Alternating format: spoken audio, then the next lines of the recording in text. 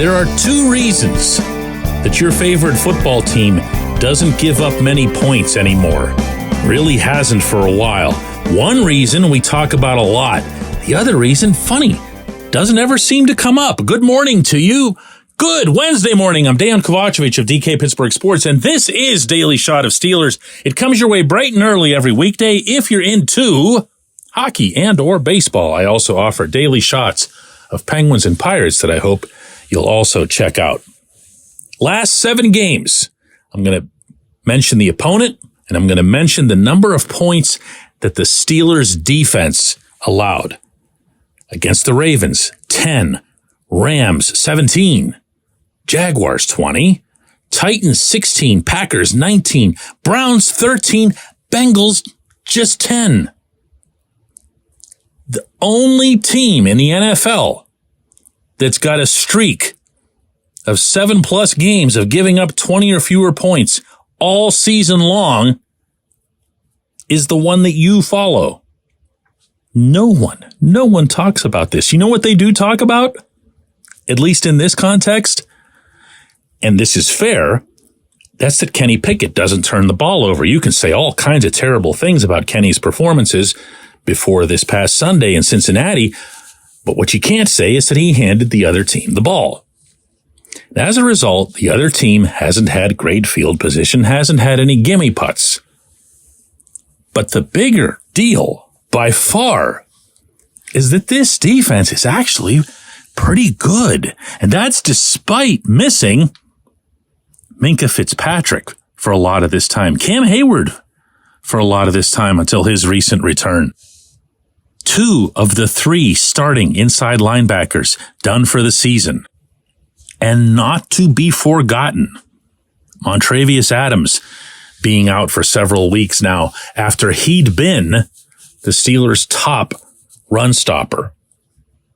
This has still been, go ahead and use the word, it's been an elite defense in this span. There's no other way to put it because there's no other team that's done this over such a sustained period.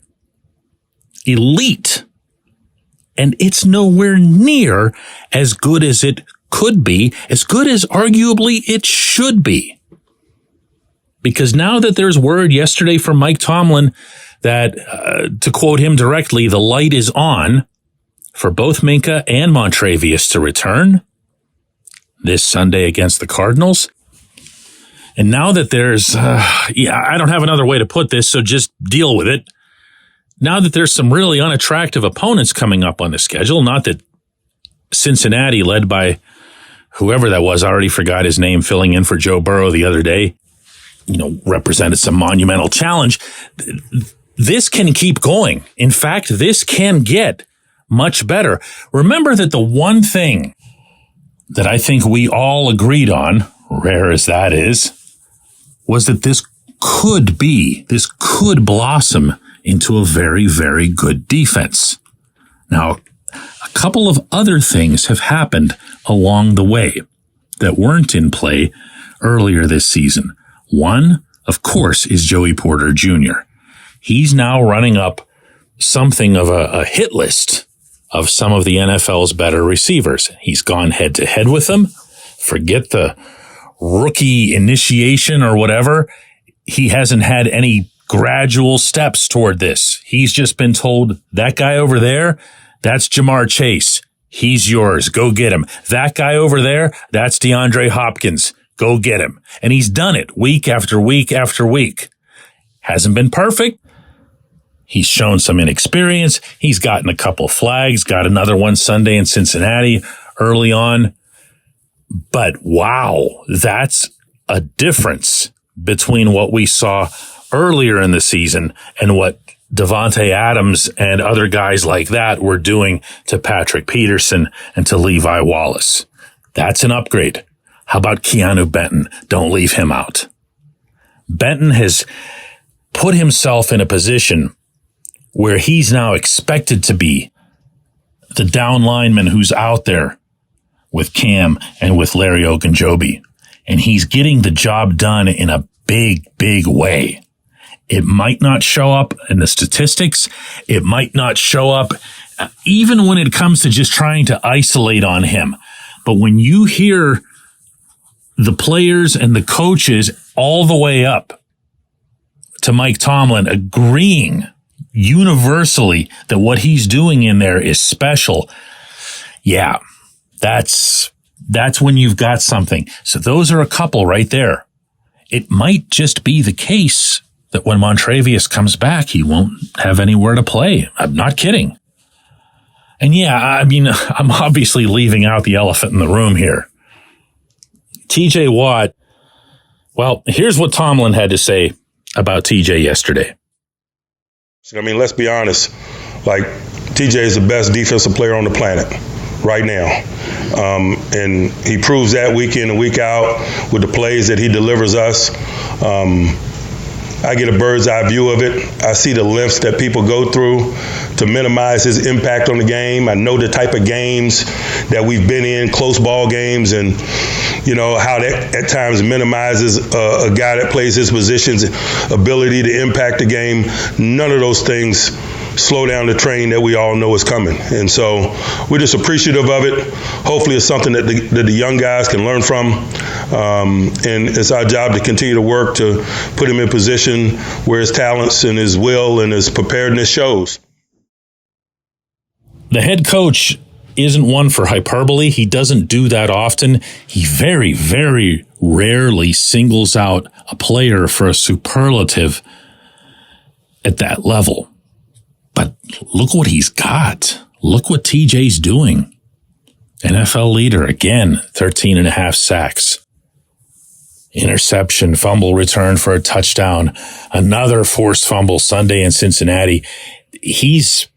I'm not going to waste your time or mine by telling you TJ's good. But this defense, when you put it all together, presuming you can put it all together, and further presuming that the one area that would probably be lingering as a concern would be inside linebacker, aside from Landon Roberts, who's been just stupendous since his two mates went down, is what are you going to get out of Michael Walker? Can Walker keep it up? And if he doesn't, can Mark Robinson come in and do the job? That's maybe the one area where you'd be a little bit worried about. But then we were saying that about safety depth when all the safeties went down, and look at what Trenton Thompson's done. Listen and read the praise that he's getting from the inside. They love him. And Tomlin's talking about Thompson in a way that I don't know that he's going to come off the field, depending on how things play out. It's a very, very good situation that the Steelers have defensively. And it's probably about time we all start talking about it a little bit more. When we come back, J1Q. This segment of Daily Shot is brought to you by our good friends at Mike's Beer Bar. They're located on Federal Street, directly across from PNC Park. Mike has more than 500 beers on tap, including from more than 50 local breweries. Stop in and say hello. Tell Mike we sent you. Mike's Beer Bar.